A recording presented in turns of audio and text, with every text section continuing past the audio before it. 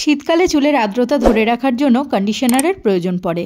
আবার যারা chemical free এবং পকেট ফ্রেন্ডলি কন্ডিশনার ব্যবহার করতে চাও তাদের প্রত্যেকের জন্য আমার আজকের রেমেডি। হেয়ার কন্ডিশনার তৈরি করব, তাও আবার মাত্র দুটো উপকরণ দিয়ে। আর সর্বপ্রধান যে উপকরণটা নিয়েছি সেটা হলো মেথি।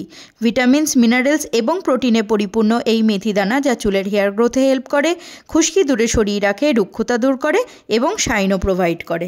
সেকেন্ড যে ইনগ্রিডিয়েন্ট আমি এখানে ব্যবহার করেছি তা হলো চাল। ভিটামিনস এবং মিনারেলস তো রয়েইছে, এছাড়াও চালের মধ্যে পাওয়া যায় অ্যামিনো অ্যাসিডস যা চুলকে গোড়া থেকে শক্ত হতে সাহায্য করে, চুলের ভেঙে যাওয়া আটকায়। মাত্র 1 চামচ চাল আর 1 চামচ মেথি দানা দিয়ে তৈরি করে নেব এই ম্যাজিক্যাল রেমেডি। একটা পাত্রে সমপরিমাণ চাল আর মেথি দানা নিয়ে 3 থেকে 4 বার জল পাল্টিয়ে ভালো করে ধুয়ে নিতে হবে। এবার ওই পাত্রটা পরিপূর্ণ করে জল দিয়ে মেথি আর চালটাকে ভিজিয়ে সারা রাত রেখে দেবো। পরদিন সকালবেলা নেক্সট স্টেপ করার জন্য একদম রেডি মেথি আর চালটা। চলো এবার এগুলোকে নিয়ে রান্নাঘরে গিয়ে একটা প্যানে বসিয়ে বয়েল করে নিই। জল সহই দিতে হবে।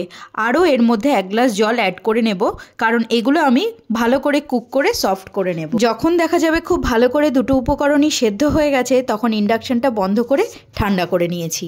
ঠান্ডা হয়ে যাওয়ার পর ওর মধ্যে এক্সট্রা যে জলটা থাকবে এটা আমি ছেঁকে স্প্রে বোতলে ভরে নেব, আর বাকি মেথি আর চালটার মধ্যে ঠান্ডা জল মিশিয়ে এর একটা স্মুথ পেস্ট তৈরি করে নেব।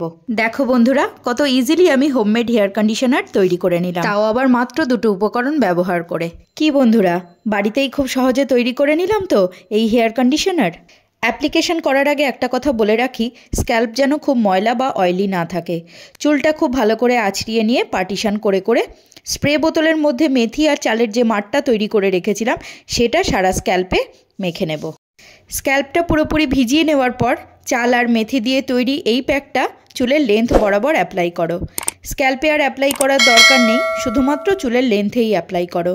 1 ঘন্টা রাখো, দেন শ্যাম্পু করে নাও। সপ্তাহে 2 দিন অ্যাপ্লাই করো এই মাস্ক, তবে অবশ্যই পরিষ্কার স্ক্যাল্পে। তো বন্ধুরা, ভিডিওটা কেমন লাগলো? ভালো লাগলে লাইক, শেয়ার, কমেন্ট এবং সাবস্ক্রাইব করো।